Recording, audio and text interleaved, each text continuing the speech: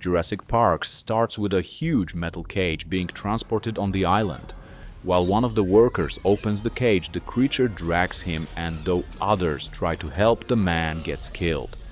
In the meantime, Dr. Ellie Sattler and Dr. Alan Grant is researching dinosaur bones in Montana. Soon John Hammond arrives on a helicopter. Hammond is a millionaire who actually pays for their research. He tells them he has an island on a coast in Costa Rica where he plans to open a dinosaur amusement park. Hammond needs their professional opinion for his investors. They are not really keen on going, but he offers to finance their research for 3 next years. Meanwhile, this guy, Dennis, meets with a guy who obviously represents Hammond's competition and agrees to deliver samples and get $750,000 in return. So Ellie and Alan are joined by Donald and Dr. Malcolm, who is an expert on... I refuse to believe that you aren't familiar with the concept of attraction. As soon as they land, Hammond takes them on a jeep ride, and it quickly turns out he has real dinosaurs on that island. Everyone is super impressed, but how is that possible? Turns out that they took a drop of dinosaur blood stored inside those mosquitoes, and based on those samples, they recreated a dinosaur DNA chain. Then they used that to grow and clone real dinosaurs. They replaced the holes in the DNA code with a frog DNA. Also, they made their dinosaurs grow faster, and they engineered all the dinosaurs in the park to be females to control the natural breed. Then everyone gets to see how they feed the T-Rex with the cow. Still, everyone is super impressed with the scientific and business possibilities of that place, except Dr. Malcolm, who is like, "That's a dangerous game you play here, gambling with nature like that." Later, Hammond takes everyone into the rail cars. Also, Hammond's grandkids join in. Tour goes well and everyone is having fun flirting, sticking their hand in a giant poo and stuff like that. In the meantime, Dennis uploads a virus into the security systems. His bug breaks down the entire security system, but he is still in a hurry as the weather is getting bad and the captain decides to leave earlier. Dennis must deliver the samples to a crew member, otherwise the whole deal is off. As a result of Dennis' actions, the tour cars stop in front of a T-Rex cage. Ray tries to bring back the security systems while Dennis is racing with time to deliver the samples to the docks. Due to a heavy rain, he crushes on a road sign and gets confused where to turn. Turns out the power fence next to the Jeeps was also turned off, so soon a huge T-Rex shows up and breaks loose. T-Rex attacks the car with kids locked inside.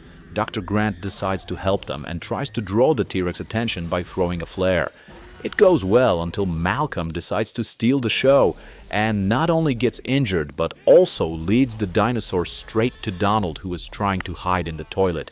Dr. Grant drags Lex out of the car, but poor Tim is still inside. Alan helps the girl to safely climb down while T-Rex drops the car and it falls on a tree. Dennis drives off the road again and his car gets stuck. While he tries to get back on a road, he is approached by a dinosaurs and ends up getting killed by them.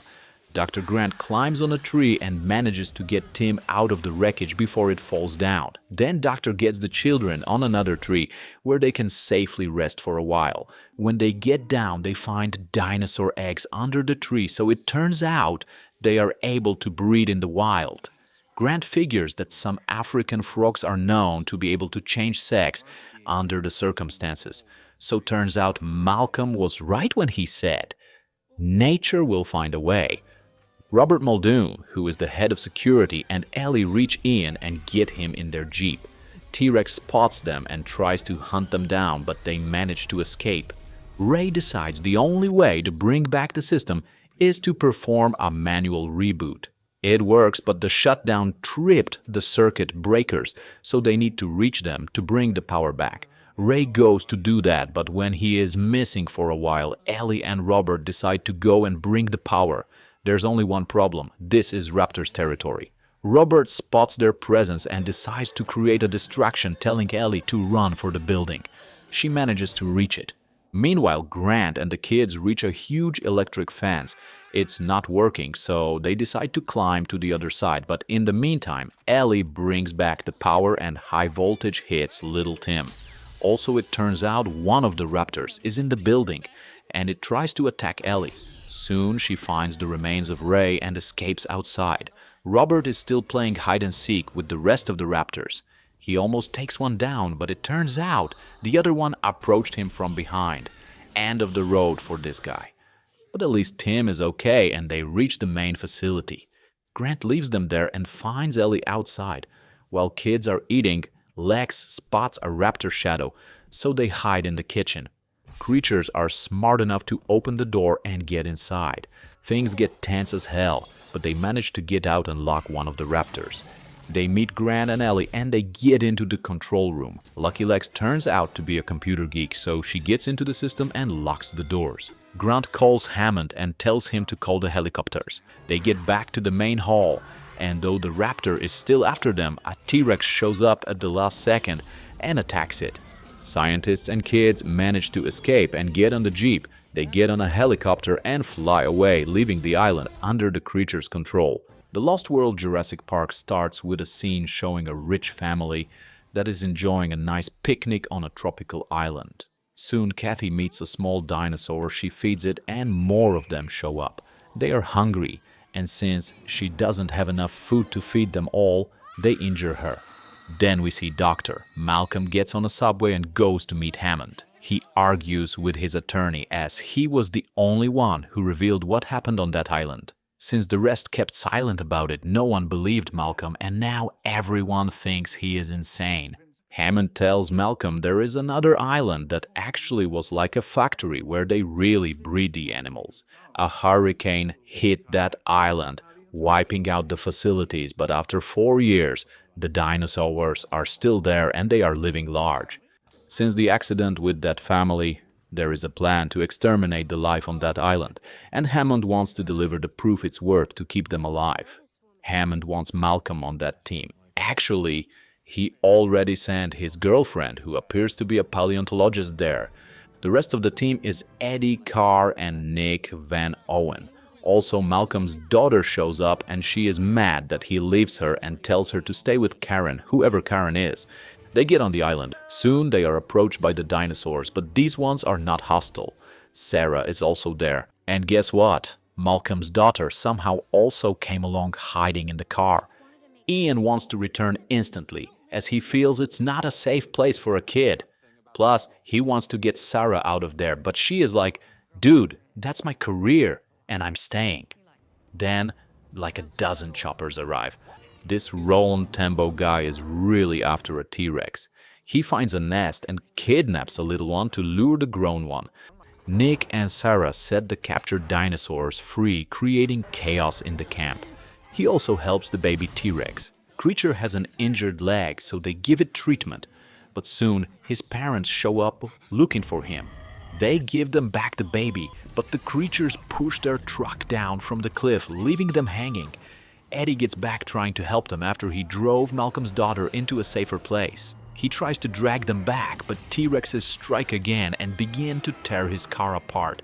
Eddie gets eaten, the rest is fine, and the other team appears, and they get to meet each other. They decide to find an old communication center, as there might be a radio there. During the night, T-Rex steps into the camp to say, "Hi." Carter panics, wakes up everyone, and chaos breaks out.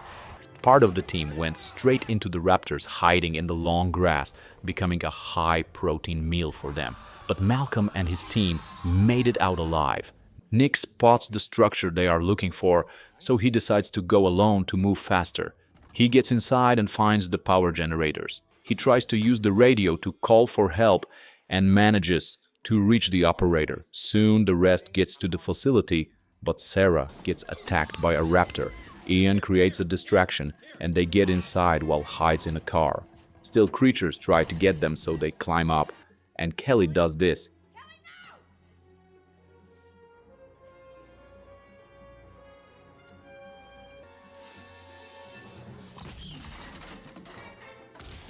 Then Sarah gets stuck on a rooftop and she falls down, but for some reason the raptors decide to fight each other, and the trio is picked up by a chopper.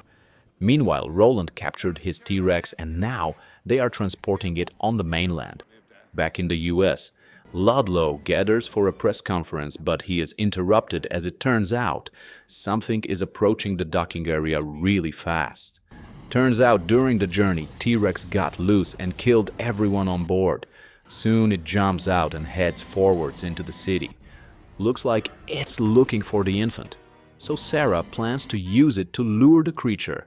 Meanwhile, T-Rex is walking around the suburbs, destroying stuff and eating people. Sarah and Ian get the baby T-Rex and drive it back to the docks. They put the damn thing back on the ship and escape. Plan works, and soon the other T-Rex shows up. Ludlow gets killed, and Sarah puts the T-Rex to sleep while Ian closes it under the deck. The ship is sent back to the island. Then we see Hammond saying that the island needs to be preserved and isolated. Film ends showing dinosaurs minding their own business on the island. We open with a parasailing scene of Isla, Sorna. A kid named Eric Kirby and mom's boyfriend Ben Hildebrand think parasailing over prehistoric hellscape sounds like a fun Saturday. Spoiler, the boat disappears, it's torn to shreds, and the kid and boyfriend crash land. Cut to Dr. Alan Grant. He runs a lecture about how those cloned monsters are not dinosaurs. Here comes Paul and Amanda Kirby. They offer Grant funding in return for a flyby of Isla Sorna. They board a Cessna with two hunky mercs, Cooper and Enrique. The plane's doing the flyby circle. Then wham, they land.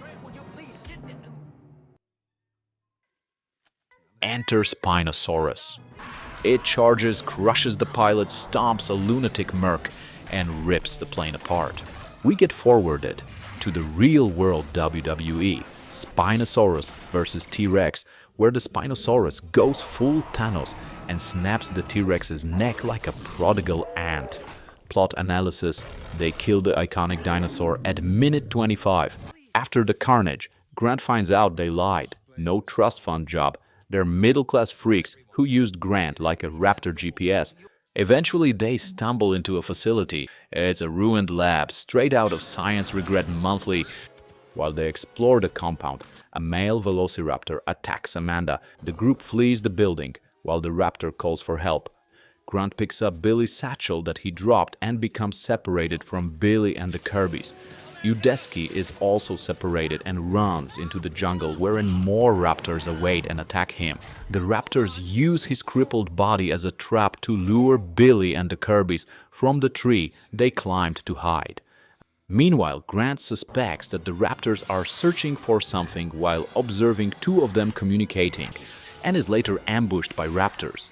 A jungle camouflaged Eric throws tear gas to fend off the raptors and rescues Grant. They take shelter in an overturned supply truck, wherein Eric reveals that he managed to survive by salvaging supplies and food from the InGen compound and used gas grenades to evade dinosaur attacks. The next day, Grant and Eric hear Paul's satellite phone ringing and are reunited with the Kirbys and Billy. The reunion turns sour when the Spinosaur appears, as evidenced by the satellite phone ringing from inside the dinosaur. They manage to find shelter in an abandoned observatory. Now we meet Billy, Grant's litany of poor decisions. He smuggled raptor eggs to sell them. His justification: gotta fund the lab. The group finds an aviary.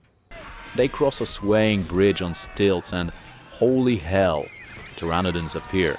Because we haven't met enough flying threats, one grabs Eric. Billy, who should have been dinner already, dives in, destroys the aviary mesh, and rescues the kid.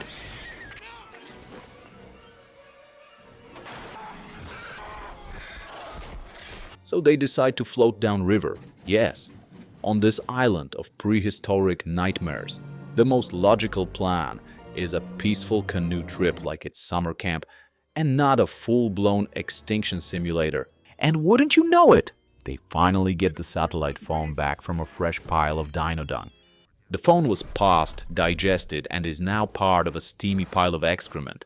It still works, because in this universe, Nokia doesn't just make phones, they make indestructible plot devices. The Spinosaurus is back. But wait, just when the Spinosaurus returns for a final boss battle, it gets scared off by flares. No epic showdown, no explosions.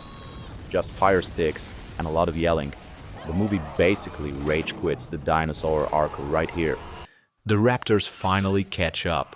They're smarter, faster, and more vengeful than your ex. They ambush the group in the jungle, and it becomes very clear that stealing their eggs was the dino version of insulting someone's mom.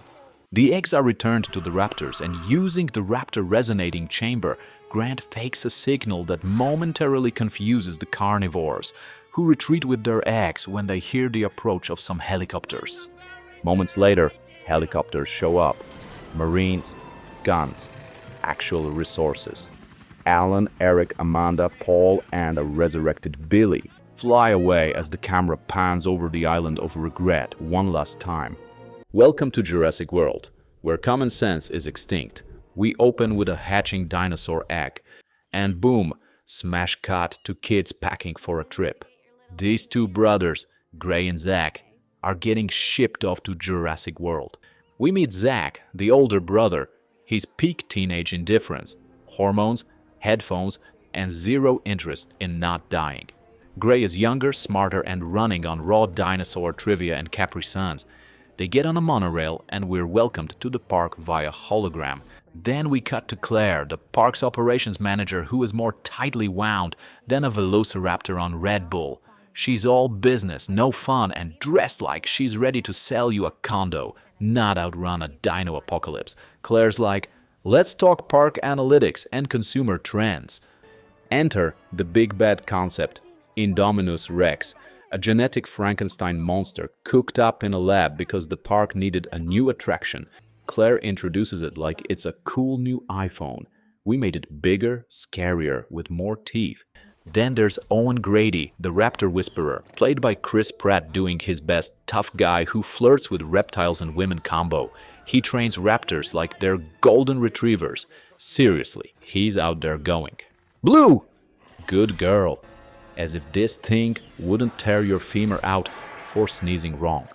Claire asks Owen to inspect the Indominus cage, and he's like, you made a dinosaur with extra features? Are you insane? Claire shrugs. It's focus grouped, because nothing screams safe like corporate-approved nightmares. And then, surprise! The Indominus has vanished from its paddock. Everyone panics. Claire's like, we need to evacuate. And some intern hits the button labeled Open the Cage.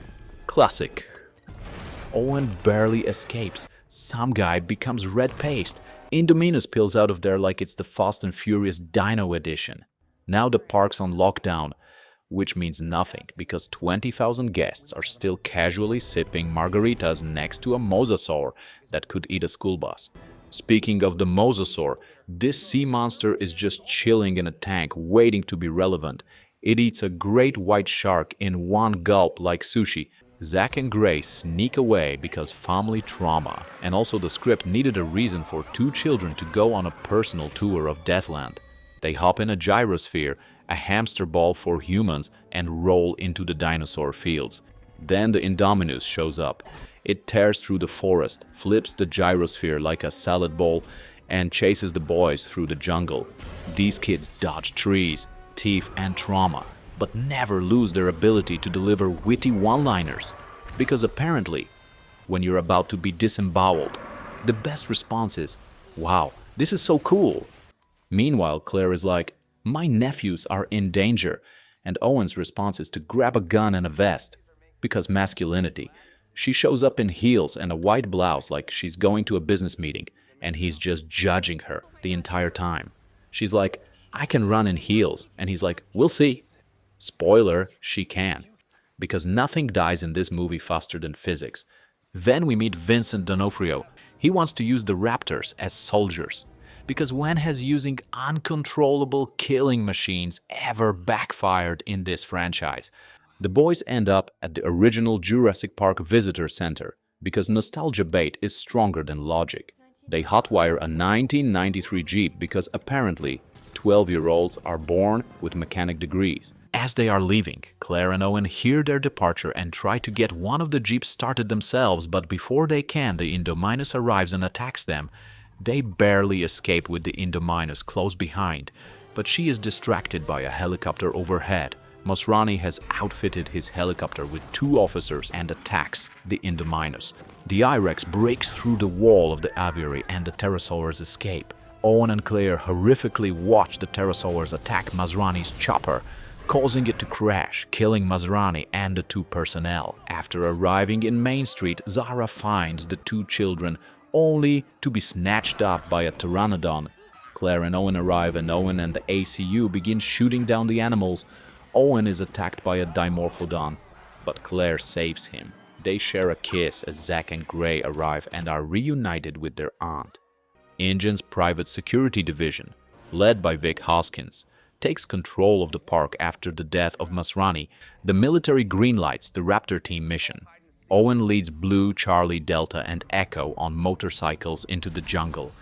The squad moves like a unit until Twist, the Indominus, speaks Raptor. Yep, the I-Rex is part Raptor. It commands them like a Disney villain with Bluetooth. The Raptors turn on the humans, and the ambush is just glorious carnage. Vincent D'Onofrio gets eaten in the most satisfying way possible. He's like, "I'll fix this," and the Raptor just bites his arm off mid-sentence. Zack and Gray finally reunite with Claire and Owen, and it's sweet until, surprise, the Indominus finds them again. They take shelter in the Innovation Center where Blue and the Raptors do a triple betrayal. Betray the humans, then betray the Indominus. Because loyalty is complicated when you're a prehistoric murder parrot. Then, Claire makes the most bonkers call in cinematic history. She runs and heels to the mosasaur tank, opens the paddock, and lures the T-Rex out with a flare. Not a plan, not a strategy, just adrenaline and pure Florida woman energy.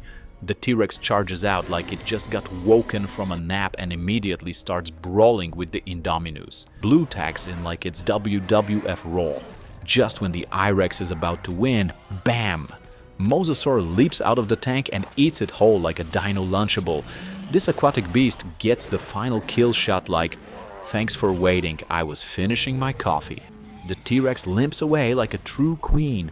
Blue looks at Owen like, "We're cool," and disappears into the jungle.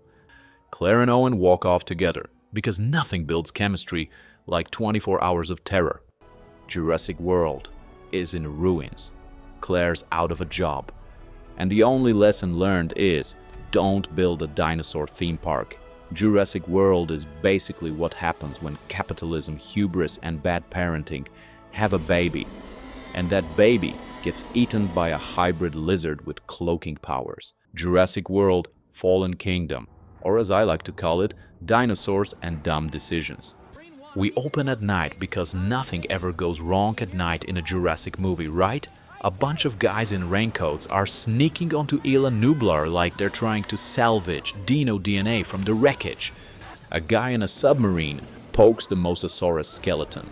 Up top, some poor dude's dangling from a chopper, and right before he's pulled up, boom, T-Rex comes in like, "Miss me?" and gives him a quick exit plan via screaming. But surprise, Mosasaurus escapes into the ocean because someone left the back door open. Cut to news footage. Isla Nublar's about to blow up. Apparently no one thought, hey, maybe let's not build a dino zoo on an active volcano. And people are debating, save the dinosaurs or let nature correct humanity's biggest oops. Enter Claire Deering, now rebranded as a dinosaur rights activist because I guess working for a murder zoo wasn't fulfilling enough. She's trying to save the animals that almost killed her last time.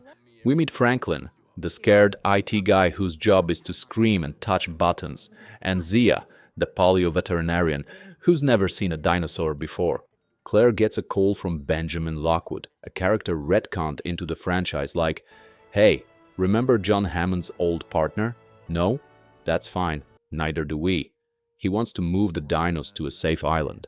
Because what better way to fix a failed island full of monsters than with a second island full of monsters? Claire's like, cool, but we need someone to find Blue. Owen Grady. He's building a cabin in the woods because that's how every man in crisis thinks you fix your problems. Claire shows up like, I want to come back to the murder island.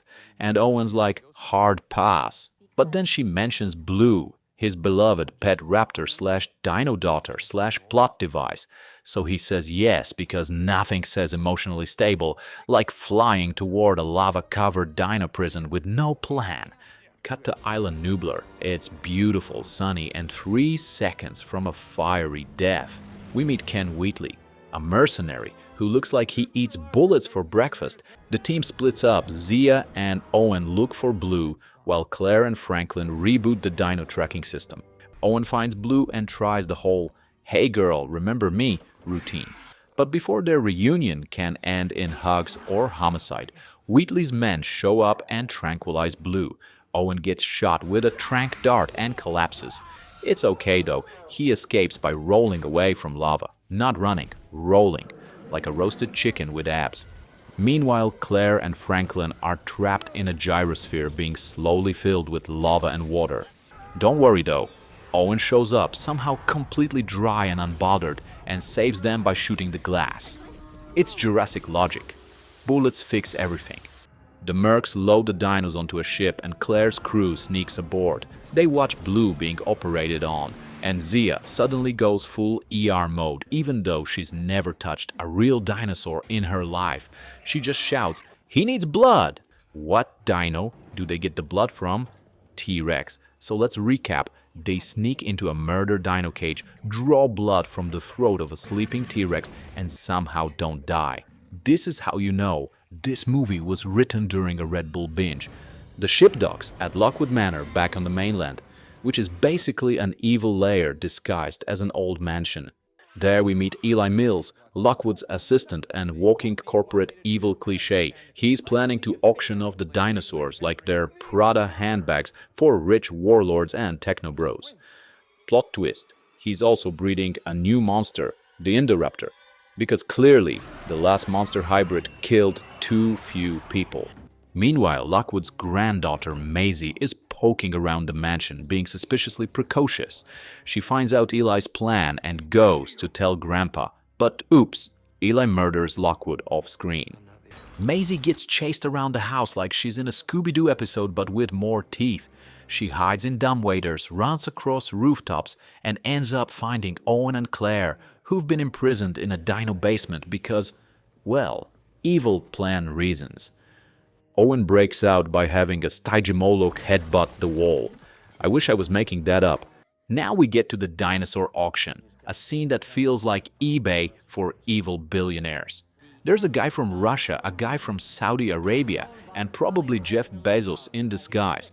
The Indoraptor gets brought out even though it's not for sale, but rich people start bidding anyway because FX left this movie a long time ago, amazed by the creature's ability to lock onto a specific target. Courtesy of a laser and an acoustic signal on a gun, Eversol is then coaxed by Mills to accept bids, much to Wu's disdain as the prototype Indoraptor lacks Blue's genome, and thus can neither empathize nor follow more specific orders. As well as if it is sold, the data in its DNA could be remade by another party. Owen disrupts the auction's proceedings with the aid of the Stygimoloch and wreaks havoc among the spectators, then reverses a switch which prevents the Indoraptor's cage from exiting the auction room. Immediately after everyone flees the auction, Wheatley enters the deserted auction room, having never seen the creature before and wanting one of its teeth for his necklace, and enters the cage after the Indoraptor appears to be sedated. In reality, the Indoraptor is unaffected by the tranquilizer darts. He smiles and distracts Wheatley by waving his tail in the air before severing Wheatley's right arm and devouring him.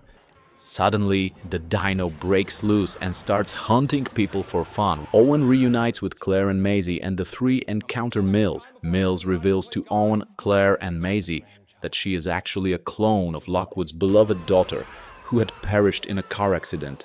Meanwhile, Franklin, now disguised as a laboratory assistant, manages to find Zia. Wu has begun evacuating the lab to secure all the genome data and still needs Blue's blood.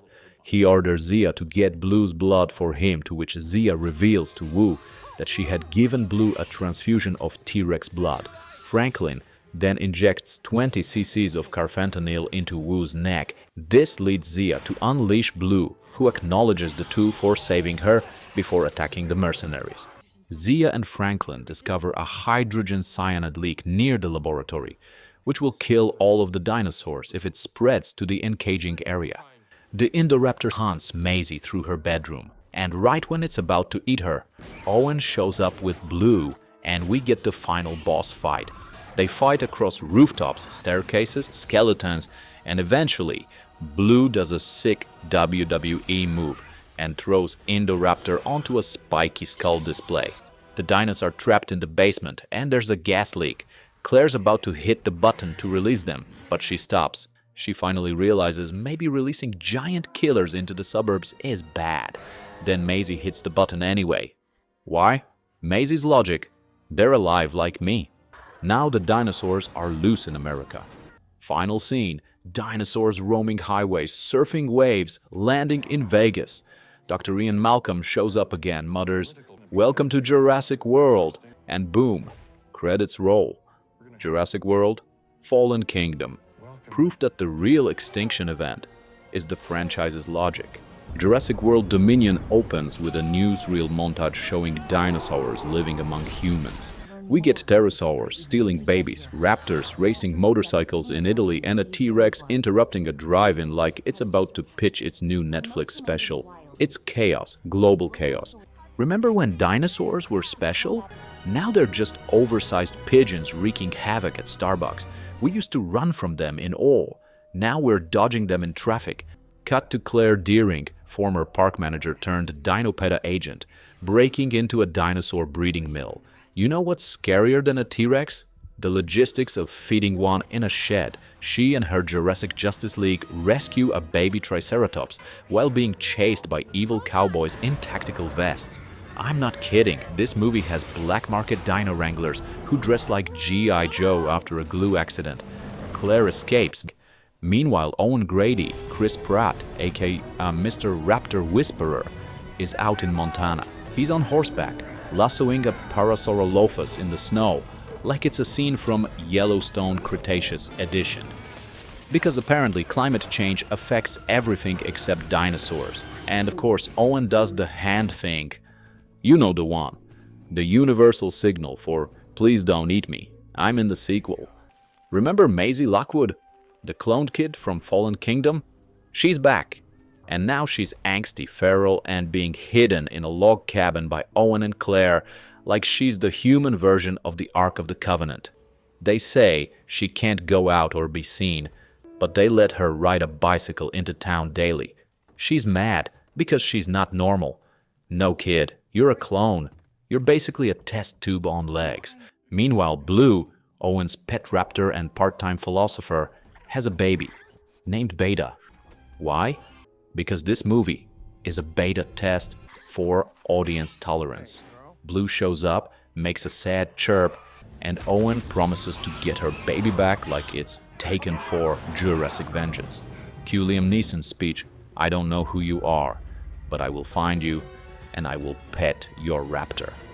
Now we meet Biosyn, the company that said, what if Google and Monsanto had a baby and it was evil? They've built a sanctuary for dinosaurs in the Italian Alps, surrounded by mountains and bad riding. The CEO, Louis Dodgson, yes, the "we got Dodgson here" guy from the original, is now an Elon Musk Willy Wonka hybrid with the emotional range of a toaster. They've got dinosaurs, they've got science, they've got a headquarters that looks like Apple built it on a Bond villain's salary. Oh, and they've engineered killer locusts, because when you have dino DNA, why not make plague bugs that look like biblical horror fan fiction? Laura Dern returns as Dr. Ellie Sattler, still rocking khakis and saving crops. She discovers the Biosyn locusts only eat non-Biosyn food. That's right, the bugs are brand loyal. Capitalism has infected the insect world. She ropes in Alan Grant, Sam Neill, who's still dusty, still grumpy, and somehow still shocked that dinosaurs are dangerous. Ellie shows up like, "Want to break into an evil biotech facility and save the planet?" And Alan's like, "Only if I get to wear this hat and frown a lot." Alan and Ellie arrive at the sanctuary and meet Ramsey Cole, Mamoudou Afi, Biosyn's head of communications. He introduces them to Dodgson, who promises they are working on something revolutionary and groundbreaking. Alan and Ellie are escorted to find Ian giving a lecture. Afterwards, he joins them and discreetly tells Ellie that the locusts are indeed part of a sinister scheme by Biosyn. Meanwhile, Dodgson meets with Dr. Henry Wu, B.D. Wong, who has since become remorseful of his actions in helping keep these experiments going, as he knows that the locusts have grown at an alarming rate. Claire and Owen head to Malta because someone said, "Hey, what if Jurassic Park meets Fast and Furious but everyone's confused?" There's an illegal dino black market where people are selling raptors like hot dogs. There's also a fight club. A literal dinosaur fight club. Rule number 1. Don't talk about how dumb this subplot is.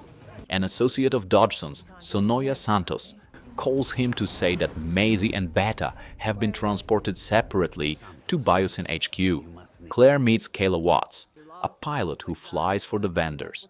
She warns Claire about messing with anyone there, but eventually agrees to help Claire find Maisie. As this happens, Owen and Barry stay hidden and witness Delacour meeting with Santos to smuggle Atrociraptors. The two confront and fight Delacour and his men.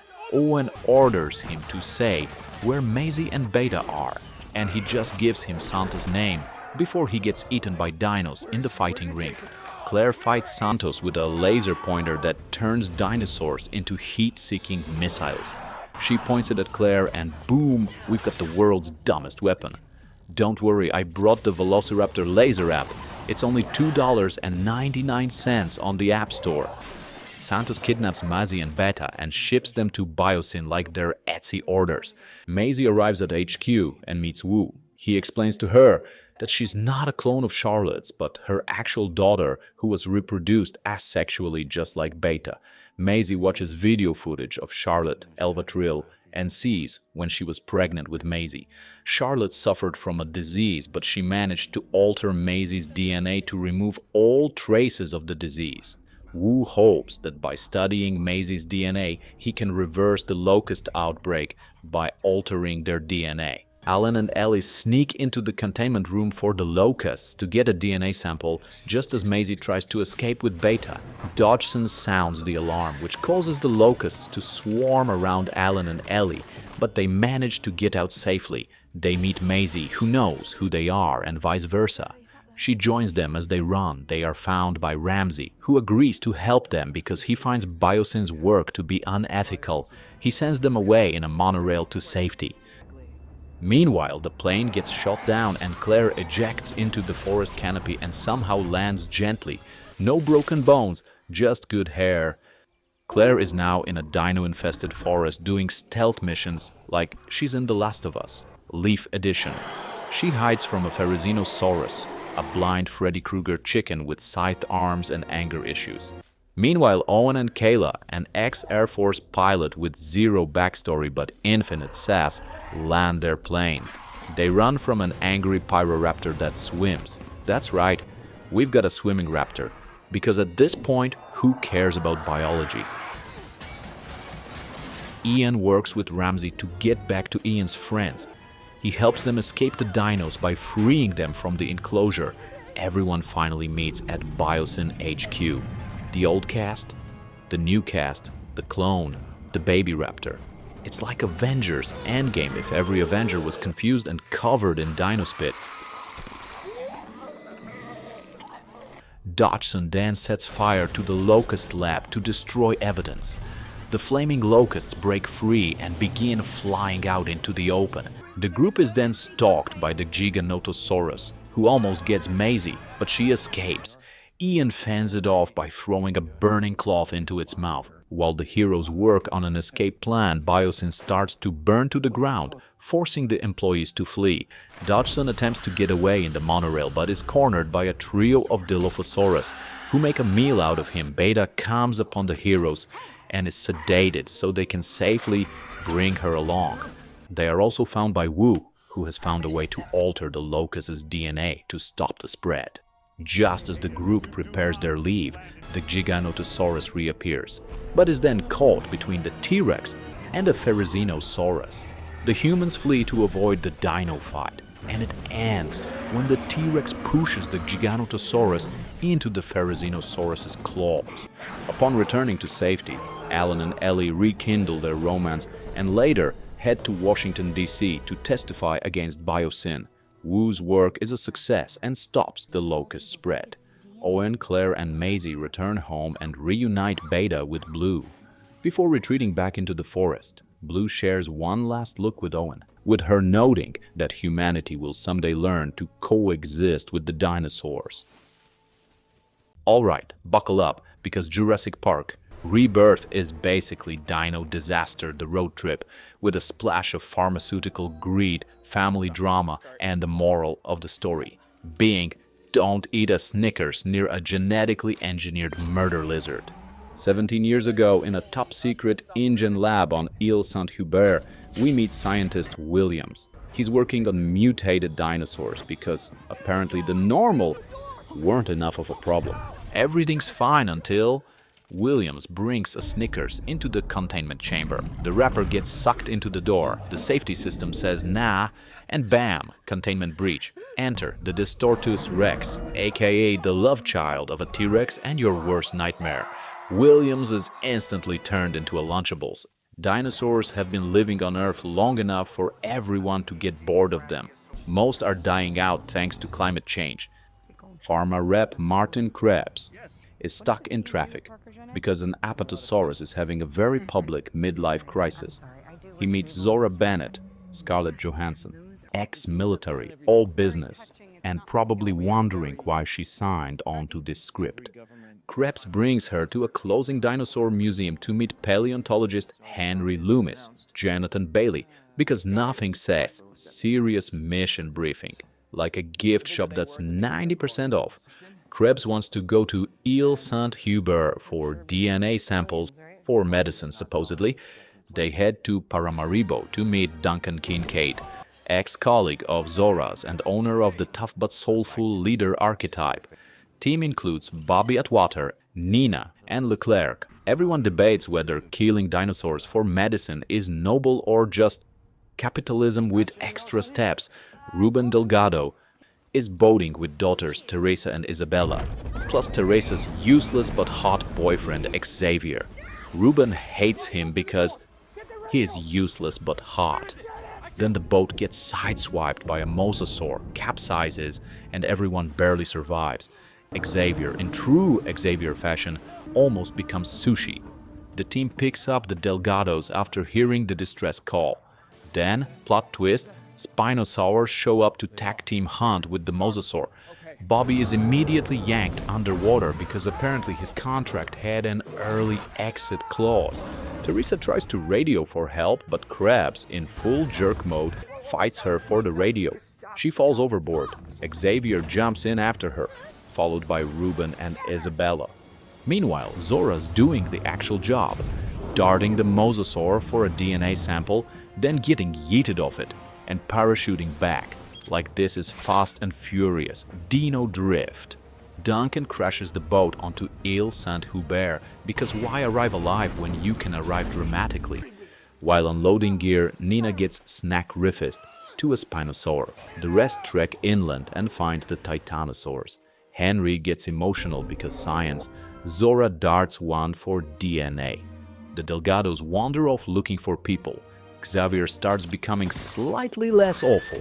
He goes to pee, classic horror setup, but raptors show up. Then, plot twist, a Mutodon swoops in, scares one raptor, and carries off the other like it's Uber Eats. Isabella adopts a baby Aquilops and names it Dolores. This will not be important, but it's cute. Dolores freaks out and runs off. Teresa follows, finds a T-Rex mid-meal, and wakes it up. The family runs, finds a raft, and narrowly avoids becoming breakfast. The team climbs a cliff to a Quetzalcoatlus cave. Henry steals an egg sample. Mama Quetz comes home. Leclerc becomes bird chow. Henry falls down a cliff but survives because physics took a break. They regroup. Everyone meets up again. Teresa calls out Krebs for being a radio-hogging coward earlier. He responds by pulling a gun, because that's how you win friends. Generators attract two Mutodons. The family hides. Dolores returns for the cameo payoff. Everyone runs. The family hides underneath a nearby store, and Dolores comes back. and they outrun the Mutadons. Henry sees the chopper coming by, but they pass the island when they find nobody. He finds some flares and manages to draw their attention, but this also attracts the Distortus Rex, who destroys the chopper and everyone inside. Krebs tries to flee in a van. Derex bites through it like a taco. Henry grabs the DNA samples. Everyone gets on a boat except Duncan, who stays behind, hero style. Zora sees his flare, turns back and picks him up because friendship beats logic. Zora and Henry decide the medicine will be released without a patent, making it free for everyone. Roll credits on the rare Jurassic movie where the most dangerous predator wasn't actually the T-Rex. It was a sneakers wrapper.